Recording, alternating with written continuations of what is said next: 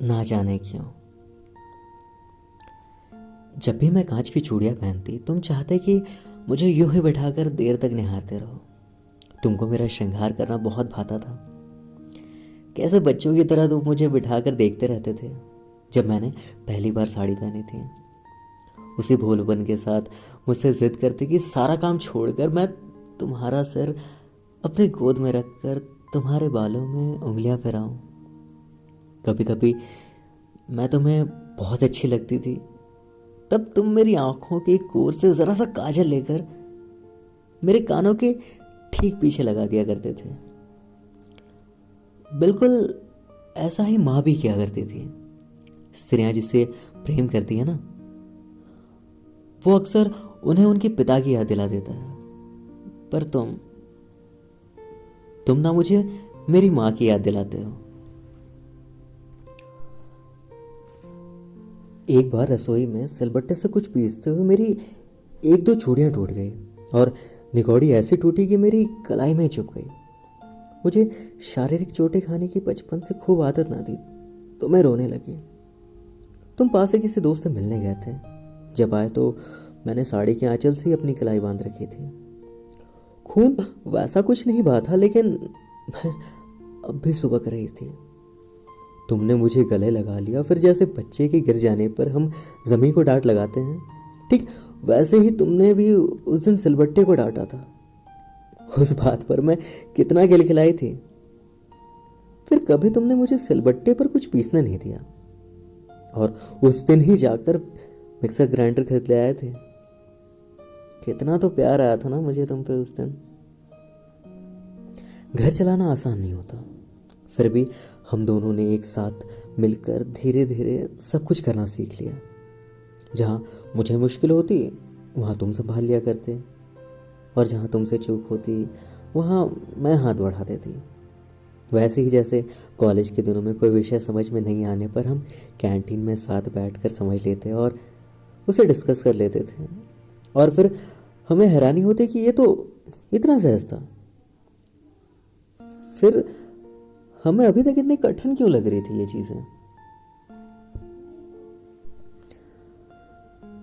लेकिन एकाएक ये सारे सलोने दिन ना मालूम किसी ने हमसे चुरा लिए है, और धीरे धीरे हमारे बीच चुप्पियों की दीवार और भी ऊंची होती गई। तुम ज्यादातर देर से घर लौटते और कभी कभी मैं भी, जिनका कभी एक दूसरे के बिना पल भी नहीं कटता था, अब वे बाहर ही अपनी खुशियां ढूंढने की नाकाम कोशिश करते।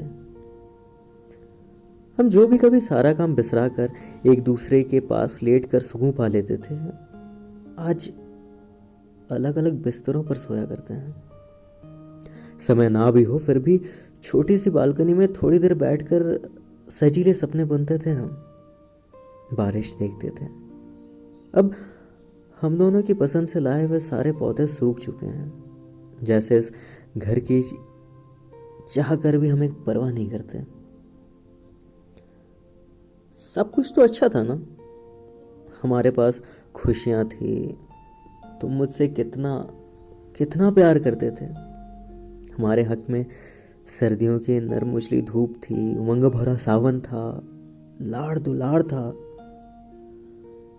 एक दूसरे को खुशी देने की छोटी छोटी कोशिशें थी। हमारे ठहाकों से गूंजने वाला घर का एक एक कोना था। मेरी कलाई में मेरी सारी चूड़ियों को एक बार में गिन लेने की तुम्हारी जिद थी। फिर कैसे और कहां रीत गया ये सब कुछ। उस भूल की आज भी इतनी बड़ी सजा क्यों दे रहे हो। 2 साल बीत गए हैं, क्या क्या अब भी तुम मुझे कभी माफ नहीं करोगे। क्या मैं तुम्हारे चित्र से उतर गई हूं। आखिर वो मेरा भी तो बच्चा था ना।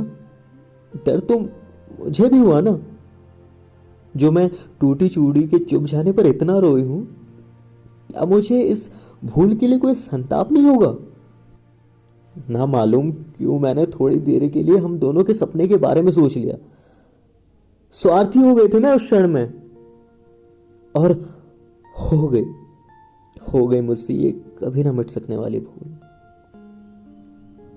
हम दोनों का ही होने वाला पहला बच्चा था वो। और मैं समझती हूँ वो घाव जो तुम्हें मेरे कारण मिला है उसे मैं कितना भी यत्न कर लूं कभी नहीं भर पाऊंगी। लेकिन क्या हम माँ बाप से इतर कुछ भी नहीं थे कभी?